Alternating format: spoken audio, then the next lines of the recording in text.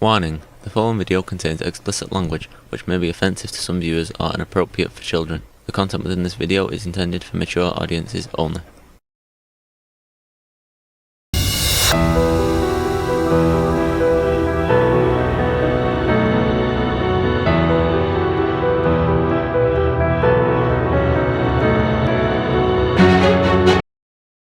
Hello and welcome to this video. This is kind of a bonus episode. In fact, the title of this is Intermission, Strand Institute Letter Number 1. We will, here in a second, dive into it. I hope everyone's doing well. I hope we all doing good. I'm dealing with a cat right now. The cat's off camera, but the cat's just being annoying. So, yeah, there we go. Big old cat butt. There you go. Show the world your butt, Mr. Houdini. Okay, I think we're kind of Mr. Houdini free right now, but there's no telling with that idiot. Hey everyone, it's Nick here, producer. We understand you must be disappointed that the Black Tapes podcast is taking a short break. Believe me, nobody is as disappointed as we are. I tell you what, after episode 6, I'm taking a break. Or not really, but I would. If I was just listening, like binge listening, yeah, after episode 6, I'd be taking a break. That was kind of definitely an X-Files. We did want to give you all 12 episodes at once, and that was our plan, but the time and financial commitment turned out to be a lot more intense than we could have ever possibly imagined. To be clear, we're still working on the show. In fact, we recorded some great stuff for episode 7 yesterday. That's cool. I kind of like this, they let you know what's going on, how things are going, and, life. We are definitely going to finish season 1 of the Black Tapes podcast, but we're going to finish it a lot sooner with your help. So while we might not be back with a full episode next week, we are working tirelessly to get the next 6 ready to go as soon as possible. And I'm looking forward to getting into the next 6 episodes. Thank you so much for listening to the Black Tapes podcast. Just FYI, this particular bonus intermission thing debuted and was published on the Audible on June 24th, 2015. So it's been a minute. I had to check my The Strand cheat Institute notes. received a letter from a Black Tapes podcast listener. This one's from Cheat J.L. notes. When I was an infant, my mom would often see these small, colorful orbs around me. They ranged in color. They would float and roll across my body and then disappear, almost as if playing. I could be anywhere, in my crib, on a blanket on the floor. Kind of sounds like the first couple chapters of the wonderful Frank Miller comic, Electra Assassin. They do a orb thing in the context of that universe, and that's what this kind of reminded me of. In my mom's lap, and they would be there and nowhere else. At first she thought she was seeing things. At one point she thought they might have been fireflies, but quickly debunked that idea. But when Yeah, fireflies are usually, or at least the ones in East Texas during firefly season. Let's slow down and articulate words. Are kind of oval shaped. They're kind of like a football turned on its side. But I don't know, it may just be the species in this area. day she walked into the room and saw my older sister playing with the orbs that were with me in my crib. Meaning, my sister saw them too, and it wasn't just in my mom's head. To this day, my sister still remembers playing with the orbs. That's kind of creepy. Now, my question is this something that they created as filler while they were working on the last 6 episodes for season 1, or did somebody write them a letter and send them an email, have a paragraph explaining what it is, then jump in and do a in-universe letter. That, with the fandom that follows Minnow Beats Well and the Public Radio Alliance, it's very possible that that's what somebody did. Like a casual childhood memory. Over the years, I've tried researching the strange phenomenon as logically as I could.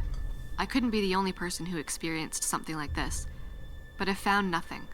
Only stories of orbs and photographs and baby monitors, often chalked up to reflected dust and lighting. I found no stories of real, visible... Yeah, orbs. I don't know. I guess floating orbs are easy because they're kind of a sci-fi trope. Probably because they're easy to film. And back in the day, when a lot of stuff had to be done practically, that was probably the simplest way to do it. Unless you're Stanley Kubrick, you opt for the hard way and you do the ending of, or near the ending of 2001 Space Odyssey. All in camera. Yeah, that's, but, most of your science fiction and stuff, some of your horror, your Ed Wood movies, that's kind of where tropes like this come from. And Ed Wood was an interesting character. If you're a big B movie fan, check out Ed Wood's movies.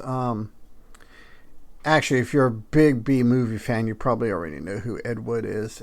But if you are interested in B movies, check out Ed Wood. Orbs surrounding one specific person and nothing else.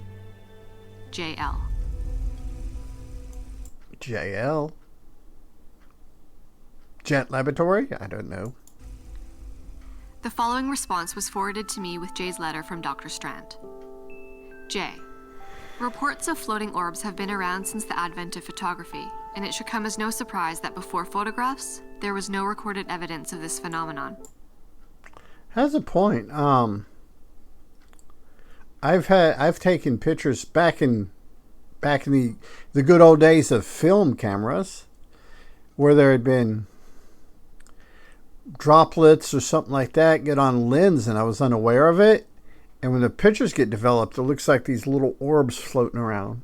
I've never done it intentionally, and I've never tried it with the digital. May have to. That's just kind of interesting. But like my Nikons, my digital single lens reflex cameras tend to correct for stuff like that. They do it. The computer corrects for stuff like that. So it may be a burden to try to do it with the digital. Orbs in photographs are often interpreted as spirits, even though the most logical explanation is that they are dust particles catching the light. I've had that happen too. I haven't had that happen with a digital camera, because like my D5000 and my D200 and my D1, which is an ancient digital camera, the computer corrects for stuff like that. So I wonder if you could try to intentionally do it with the digital camera. Your case is different. You claim memories of experiences with orbs in your youth. One explanation is physiological. A part of your eye called the vitreous is gel-like, and in some cases they liquefy, causing things called floaters in your field of vision. But your doctor would have diagnosed this early. The most obvious explanation, and I apologize in advance if this offends, is that your mother experienced these visions and convinced you that you experienced them too. Memory is not inviolate and is susceptible to false implants. And something, and this is true story, I knew a guy in RTDC who had a sphere. He had not a fear, just kind of he was drawn to certain oval shapes and stuff. And it turned out that when he was younger, he had been, for lack of a better term, molested by an older woman, and the particular orb shape that he was drawn to was similar to the shape of a female breast. And yeah, stuff like that is weird. Then again, people are weird. Our brain is weird. It's that silly putty between the ears. Magical orbs do not exist. There is no hard evidence that they have ever existed. However, there is a whole field of research and data explaining how memory is fluid and easily manipulated. That is true. There have been studies all around on that. I don't mean to imply that anyone in your family implanted false memories on purpose. It's possible your mother truly believed she saw orbs around you. But the most likely scenario is that it was the strength of her belief that convinced you and your sister that it was a personal memory. Interesting. I mean, this is very logical, and this, from the way the character Strand has been portrayed so far, it's very plausible that he would give that answer.